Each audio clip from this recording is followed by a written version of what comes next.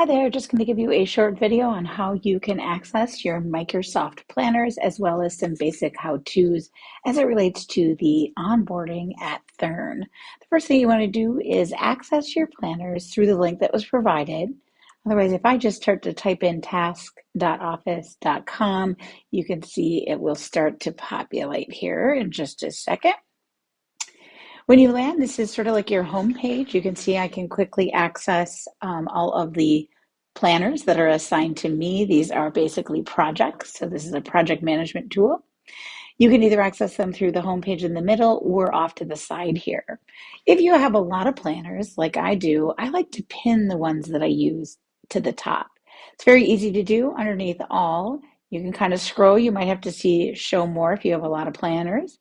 Click on those little red dots or three dots off to the right of the name of the planner and then just hit pin and it will raise to the top here. And so you can see I've got sort of the ones that I access a little more often up here. To unpin it, do the same thing. Click on those three little dots and then just hit unpin. Now, when you click on the planner that's been assigned to you to access it, you just click on it like this. You can see I still have access to all my planners off to the left. The planner I want to work with is right here on the right, and I can scroll and see all the days, weeks, and all the tasks that are there. By default, the planner will be coming through to you as a board view, but you can change your views here if you want. Play around with that, experiment a little bit. I do find that the board view is kind of the easiest one to look at. In order to access a task, you can see each one of these is a card. And so in order to access it, you just simply click on it and it sort of opens up in a full view window. As I scroll from top to bottom, you can see that there is a name to the task. In this particular example, this one has been assigned to Michelle. Another field that we'll be using is a bucket. And a bucket basically are those columns that go across the top. And this particular task is called in day one bucket. We won't set any of the progress or priorities or due dates. If you want, you can certainly do that. Otherwise, you can just leave the defaults. Scroll down just a little bit more and you'll see some notes that we've put in that kind of explain what that task is all about.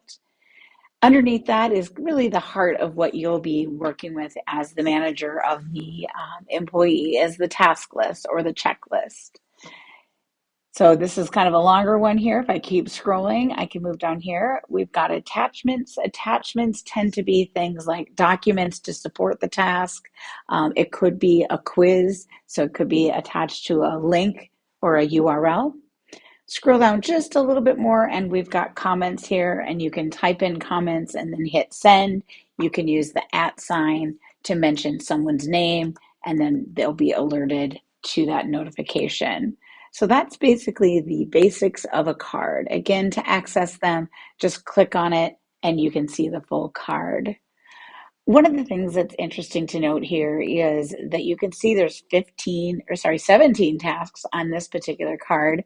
Now, to check things off, I can open that card up and check on the little boxes as I cover those things. If I decide, oop, I didn't cover the conference rooms, I can just click the little button again and it brings that checklist item back. So it's pretty easy to go ahead and check things on and off of your list. Now, if you don't have as many, such as this quality presentation here, you can just simply click right like that. It will call that task completed, and then you can see under day one, it'll be completed and it's sort of hidden in order to see that.